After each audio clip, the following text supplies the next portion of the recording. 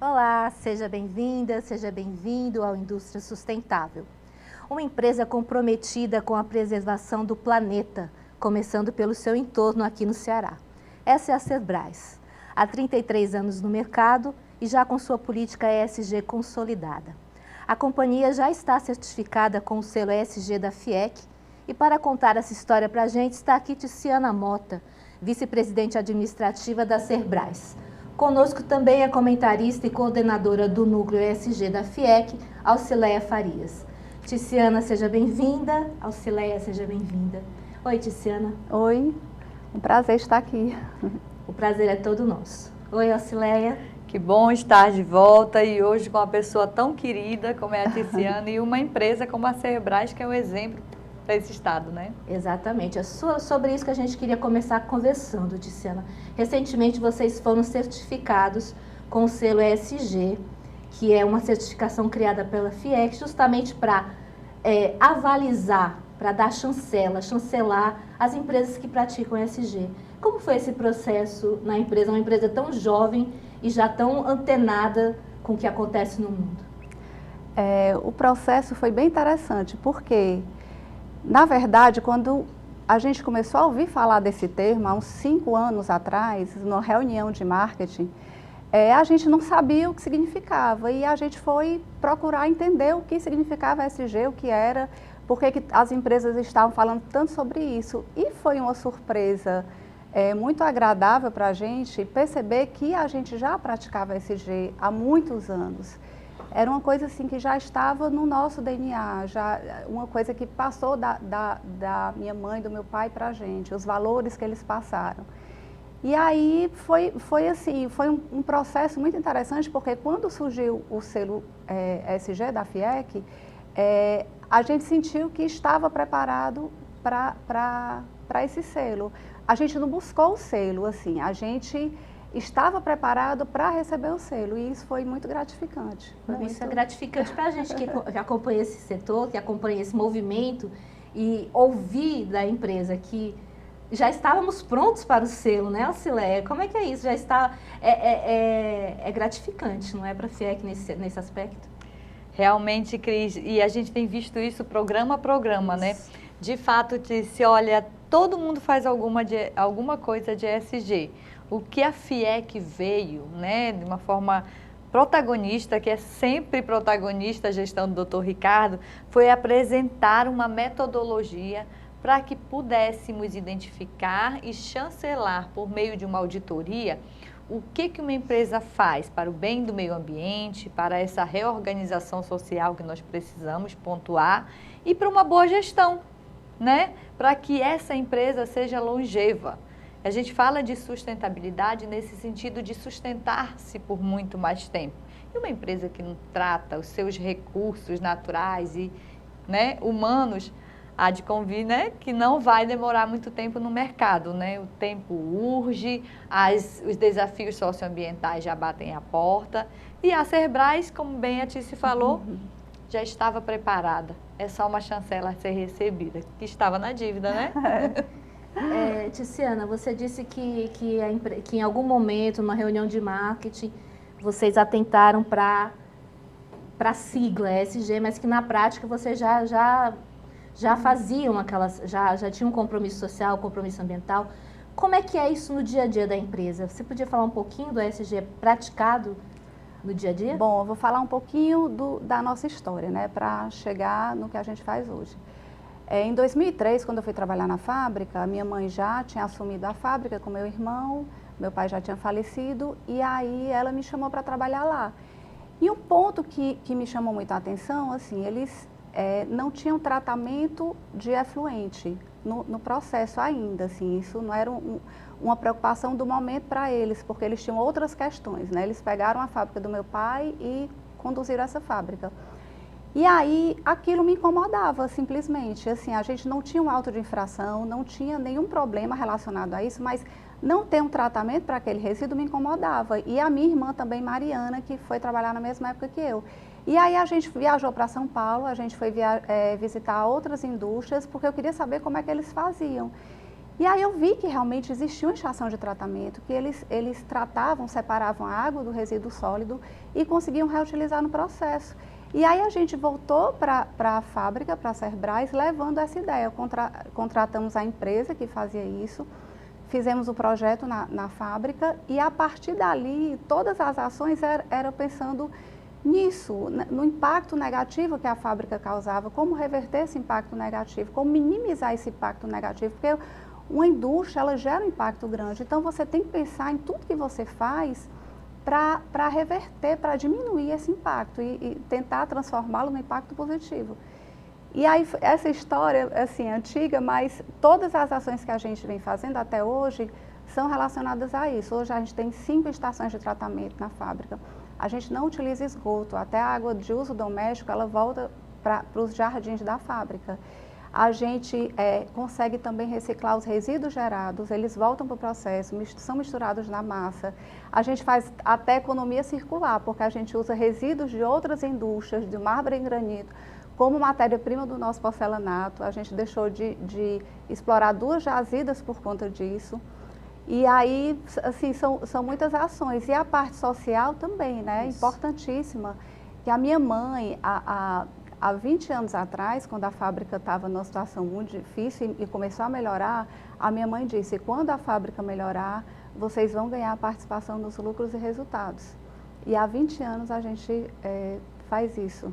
Isso é do ponto de vista do G, né? Do ESG, da gestão, da governança, é uma prática não muito comum em empresas familiares, né?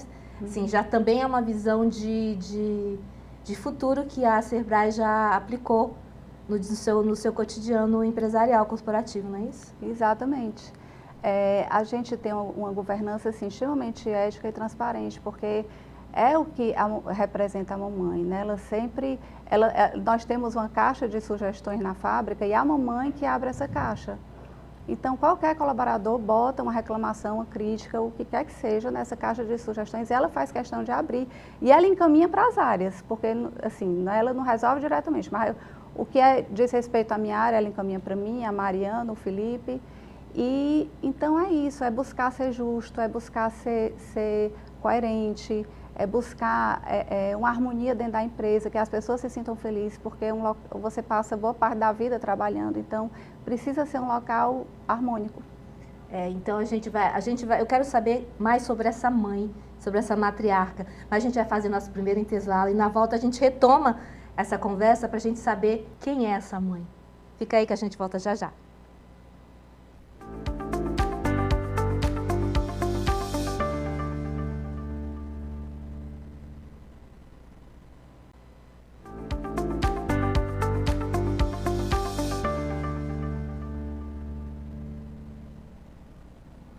Voltamos e a gente estava aqui conversando no intervalo sobre a presença e a atuação da Ana Lúcia Mota, que é hoje a presidente da Cerbrais, não é isso? Queria que você contasse, Tiziana, qual o papel dela e como é que ela foi colocada nesse meio empresarial. Bom, começou com meu pai, que já trabalhava com loja de material de construção. Ele assumiu uma loja que meu avô tinha, e aí ele assumiu essa loja com 2 irmãos, depois ficou ele à frente dessa loja. E aí ele começou ele gostava de inovar, então ele fundou uma fábrica de tinta, depois uma fábrica de trelha de vidro, e aí surgiu a ideia da fábrica de cerâmica. E na época era uma coisa dificílima, tanto que ele conseguiu fazer com recursos próprios, ele não conseguiu financiamento para fundar essa fábrica. Mas ele fundou lá em Maracanaú e a minha mãe trabalhava com ele e meu irmão também. Só que meu pai era muito centralizador, então assim, a mamãe não entendia do negócio, meu pai que dominava totalmente o negócio.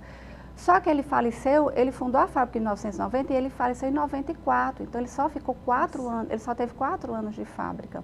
E a minha mãe assumiu sem entender nada. Então, assim, eu fico impressionada como realmente ela é uma guerreira. Porque ela pegou uma fábrica que ela não conhecia, foi muito difícil no começo, assim. Tinham pessoas na fábrica que estavam desviando, estava havendo desvio na fábrica e ela conseguiu dar a volta por cima. E aí, em 2001, a fábrica começou a melhorar, ela e meu irmão trabalhando juntos, né? E em 2003 foi que eu fui trabalhar na fábrica com ela. Mas assim, ela já tinha, ela sempre teve a mentalidade assim, eu não posso deixar essa fábrica quebrar, porque eu tenho muitas famílias aqui. Então, assim, ela sempre teve uma preocupação social muito grande, eram 300 colaboradores, então ela pensava, são 300 famílias que dependem da gente, nós temos que conseguir, essa fábrica tem que dar certo. Era o S. Era o S, era o S, essa preocupação dela realmente com os colaboradores. E quando a fábrica começou a melhorar, de fato, ela passou a dar a participação dos lucros e resultados. Que aí é o G que a gente falou da outra vez. Agora vamos falar um pouquinho sobre... E também a gente já falou também sobre o ambiental, que começou com o efluente que incomodava a direção da empresa, daquele efluente não ser poluído, né? Uhum. Como é que você avalia, Tiziana, o seu entorno corporativo, o seu entorno empresarial? Os seus parceiros de negócios, os interlocutores de negócios, já são receptivos ao ESG? Sim, sem dúvida.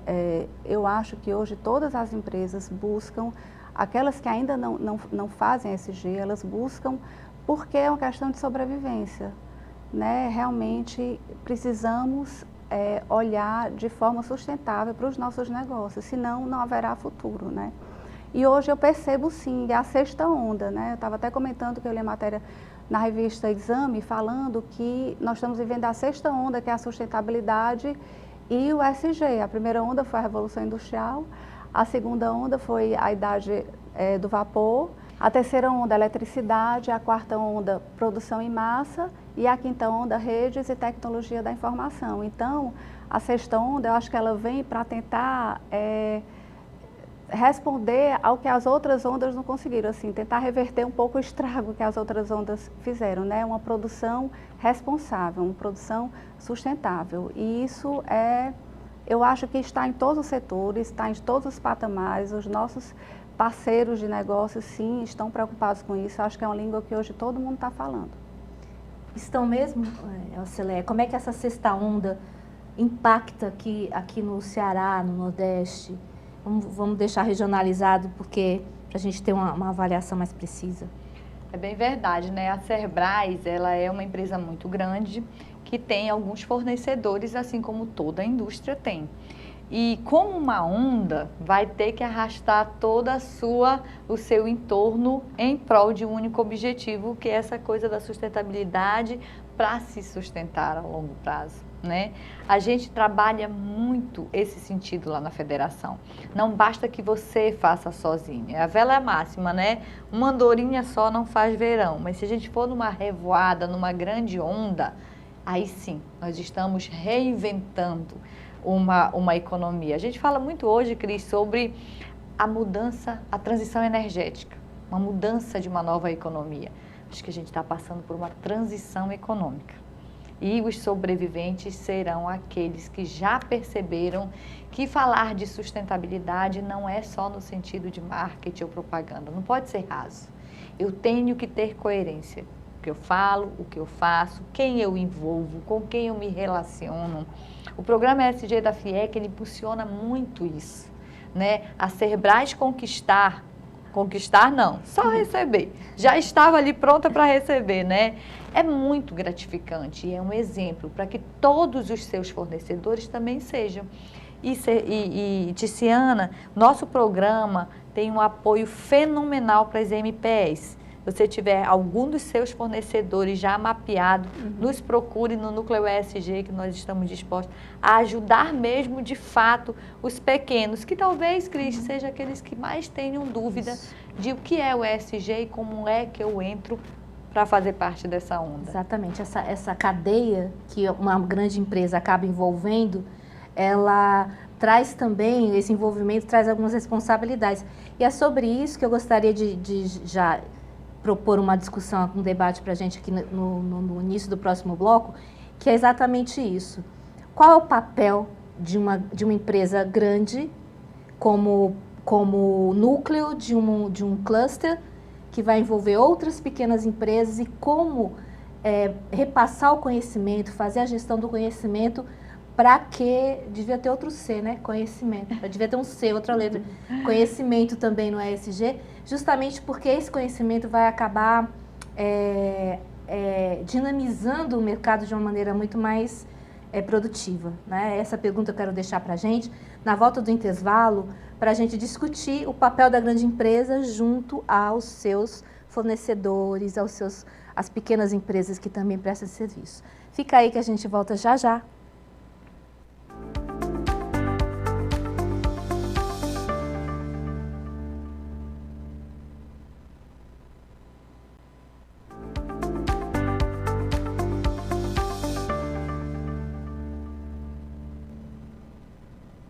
Tice, a gente deixou uma pergunta aqui antes do intervalo, que é sobre o papel da grande empresa junto aos demais entes da cadeia na disseminação do ESG, do conhecimento em ESG.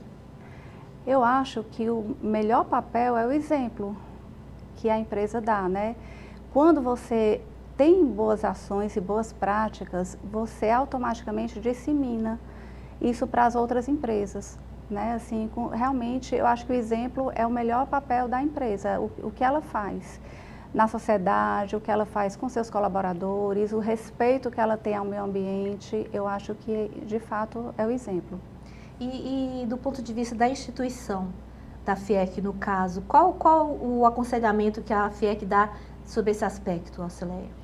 A gente sempre vai buscar os exemplos, os bons exemplos, e a gente já viu aqui, tem alguns projetos que eu gostaria que você até pontuasse depois, Tiziana, com a sociedade, né? Mas dentro de uma empresa, ele tem diferentes públicos, o que dentro da sigla ESG tem ali um inglês que chama stakeholders, né? Que são as partes interessadas no negócio. E uma delas é essa questão dos fornecedores.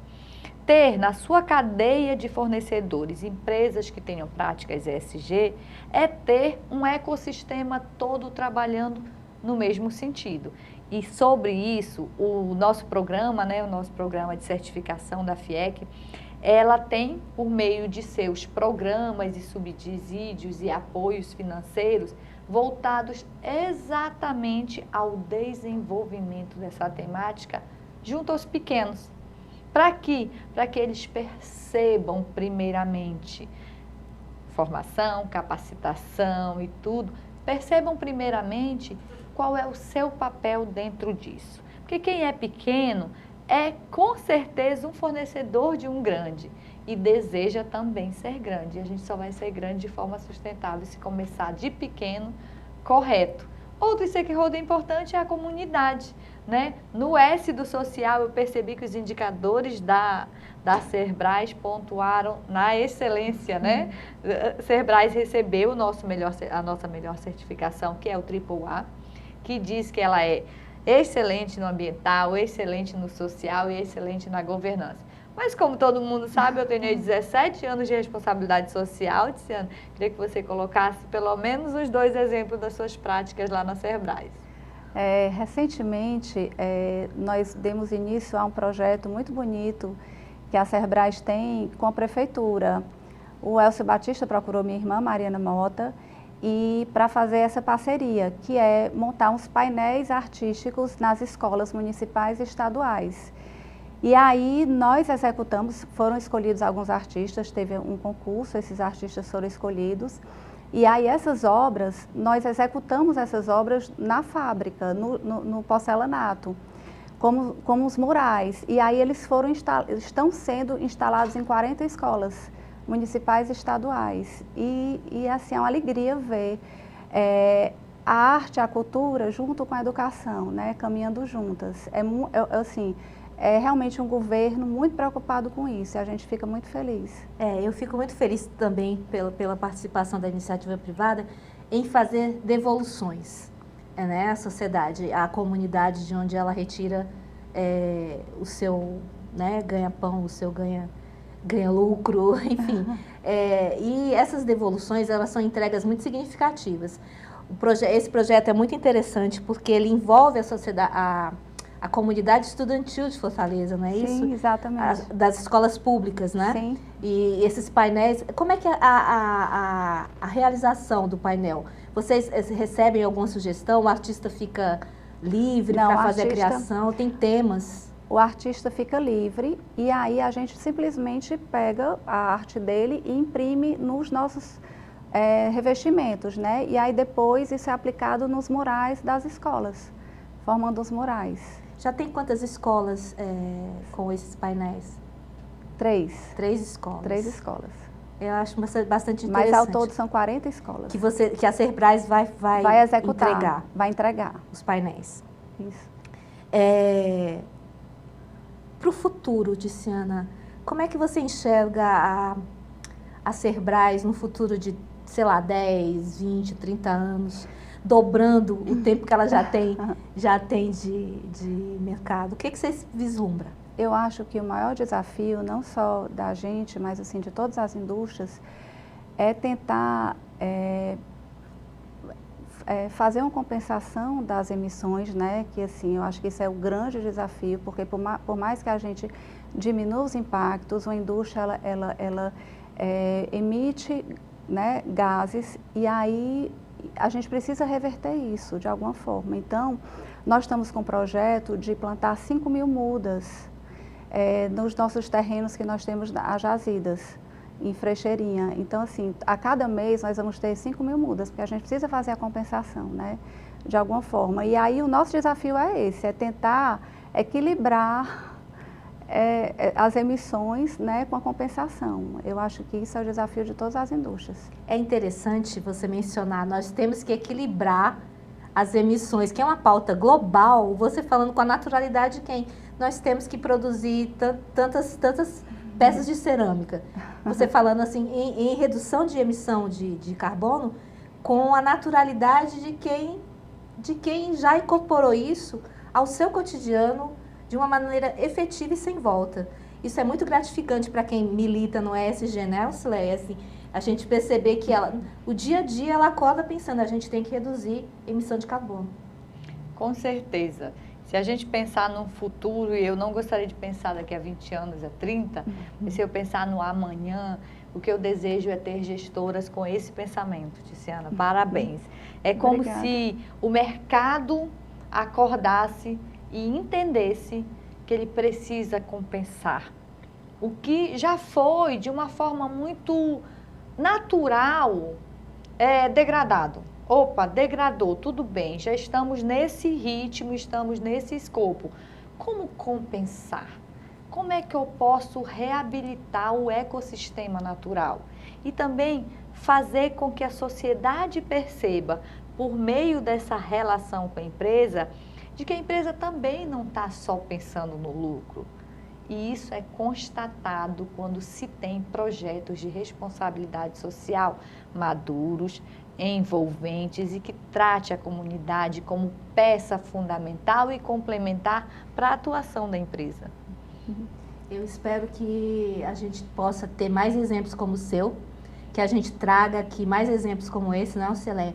Porque é gratificante perceber que o setor industrial cearense já acordou, não muito mais que já acordou, já está totalmente harmonizado com essa prática que é mundial e é sem volta.